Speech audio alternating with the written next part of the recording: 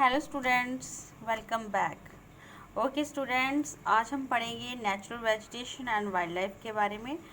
तो स्टूडेंट्स, ये एक यहाँ पे दिया हुआ जो पैराग्राफ इसमें बताया गया है कि प्लांट्स की हमारी लाइफ में कितनी इम्पोर्टेंस है, तो इसके बारे में पढ़ेंगे, एनिमल्स के बारे में पढ़ेंगे। तो चलिए स्टूडेंट्स, हम स्टार्ट करते हैं पढ़ना।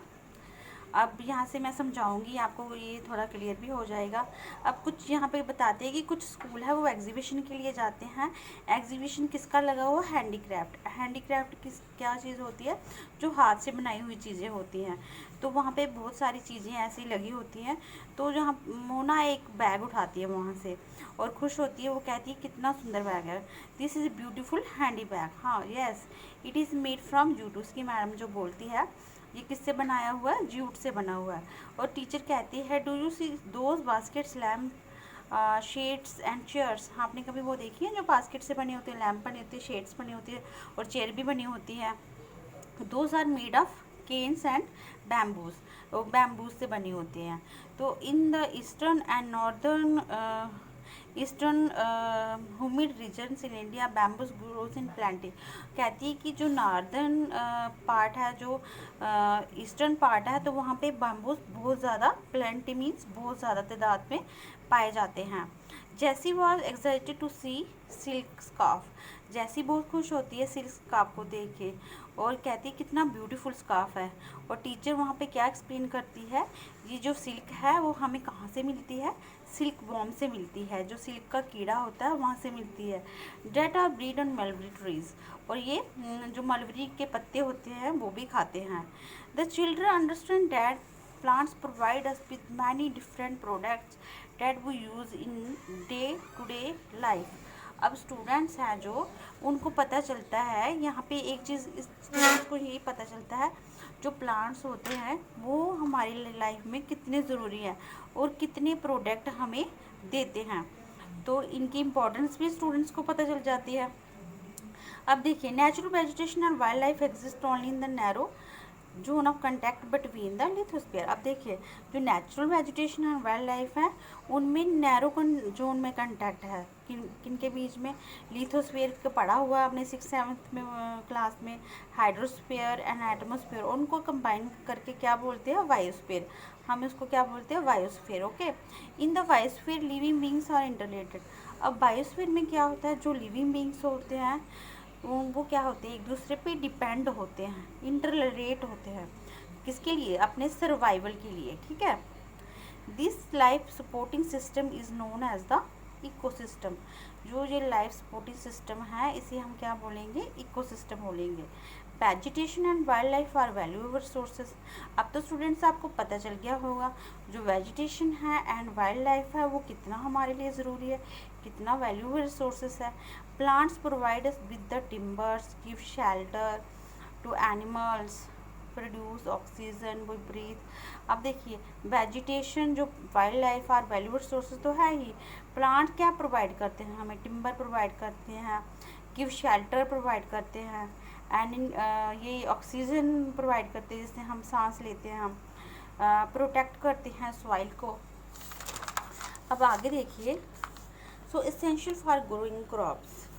जो देखिए, फिर देखिए, जो soil so essential for growing crops act as shelter belt. और किसकी तरह ये काम करती हैं? शेल्टर वेल्ट की तरफ। Help in storage of underground water. और ये मदद करते हैं वाटर को अंडरग्राउंड स्टोरेज करने के लिए।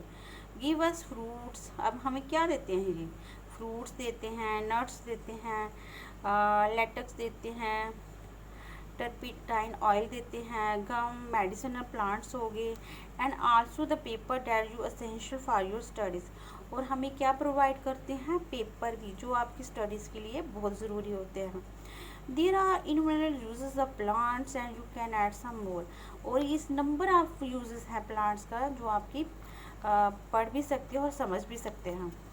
अच्छा, वाइल्ड लाइफ इंक्लूड्स एनिमल। और वाइल्ड लाइफ में क्या होता है? एनिमल्स। तो एनिमल्स का भी बहुत इम्पॉर्टेंट रोल यहाँ पे प्ले होता है। तो यहाँ पे देखिए, जैसे बर्ड्स हो गए, इंसेक्ट हो गए, as well as the aquatic life form. Aquatic life form कौन से होते हैं? जो कि पानी में ही रहते हैं, जो जीव जंतु जो पानी में ही रहकर जीवित रहते हैं उन्हें हम एक्वेटिक एनिमल्स बोलते हैं। दी प्रोवाइड अस मिल्क, हम जो जानवर हैं एनिमल्स हमें क्या देते हैं, प्रोवाइड अस मिल्क देते हैं, मीट देते हैं, Heights and wool, Heights means ये स्किन वगैरह या वूल देते हैं। इंसेक्ट्स लाइक बीज प्रोवाइड अस हनी, जो बीज है हनी बी हमें क्या देती है, ये हनी देती है, शहद देती है। Help in pollination of flowers and an important role in play to decompose in the ecosystem. अब देखिए जो डिकम्पोजर्स होते हैं जो मरे हुए जानवरों को भी खाते हैं तो इकोसिस्टम को मेंटेन रखते हैं। अगर ये मरे हुए जानवर प्लांट्स हो गए, मरे हुए कीड़े मकोड़े हो गए, ये ना खाएं तो इकोसिस्टम बैलेंस में नहीं रहेगा। The birds feeds on insect and act as decomposer as well, जो बर्ड है वो क्या करते हैं, जो परिंदे हैं वो क्या खाते हैं, इंसेक्ट भी खाते हैं, मरे हुए इंसेक्ट भी खाते हैं और एक्ट एज डिकम्पोजर का काम करते हैं। अच्छा आप देखिए वल्चर के बारे में। Vulture due to the ability to feed on dead life stock, अब वल्चर क्या करता है कि वो जो मरे हुए जानवर रहता है उनको खाते हैं, ठीक है। अगर ये ऐसा ना करे, life stock is scavenger and considered as vital cleanser of the environment, इस स्क्वेंचर की तरह काम करता है। स्क्वेंचर मीन्स डेड एनिमल्स को खाने वाले, तो ठीक है ये क्या करते हैं, एनवायरनमेंट को क्लीन करते हैं। इट मीन्स अगर वो नहीं खाएंगे तो क्या होगा, पाइल अप हो जाएंगे, तो गंदगी के ढेर लग जाएंगे, तो यहाँ पे बदबू हो जाएगी, सारा एनवायरनमेंट क्या हो जाएगा, पोल्यूटेड हो जाएगा। तो ये क्लींजर का भी काम करते हैं। सो एनिमल्स बिग और small all are integral to maintain the balance in the ecosystem. Animal चाहे छोटा है बड़ा है पर वो क्या करता है, उसमें हेल्प करता है, जो इकोसिस्टम को मेंटेन रखने में हमारी हेल्प करता है। तो अब देखिए distribution of natural vegetation.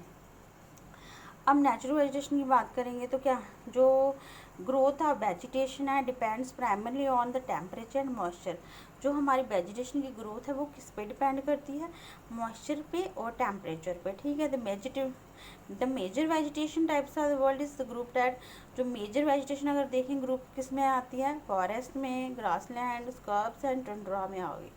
In areas of heavy rainfall, जहाँ पे ज़्यादा रेनफॉल होगी वहाँ पे क्या होगा, ह्यूज ट्रीज होगी, मेथ्राइब्स, the forest are the associated the areas having abundant water supply, और वहाँ पे ज़्यादा आपको देखने को मिलेंगे प्लांट्स देखने को मिलेंगे, ट्रीज देखने को मिलेंगे, हर चीज़ जहाँ पे हैवी रेनफॉल होगी।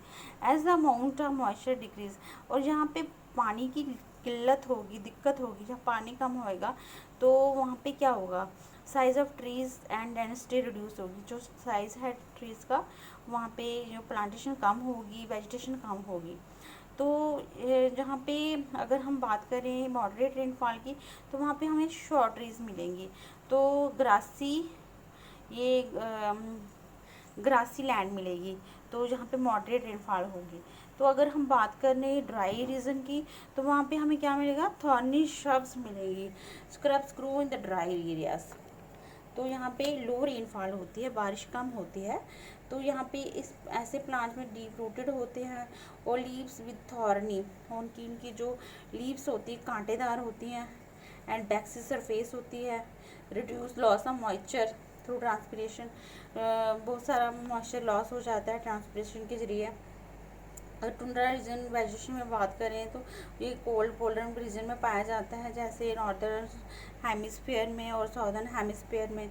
अगर आज की बात करें तो हमारी जो पॉपुलेशन में दिन ब दिन बढ़ती जा रही है as compared to centuries back. उन्होंने कहा कि अगर कंपेयर करें तो ज़्यादा पॉपुलेशन बढ़ेगी तो जो हमारी डिमांड्स है खाने पीने की वो भी ज़्यादा बढ़ेगी, तो वो इस डिमांड को पूरी करने के लिए क्या करेंगे, जो फॉरेस्ट है उनको क्या करेंगे, क्लीन करेंगे, डिफॉरेस्ट करेंगे, तो उनको क्रॉप ग्रो करने के लिए एरियाज बनाएंगे।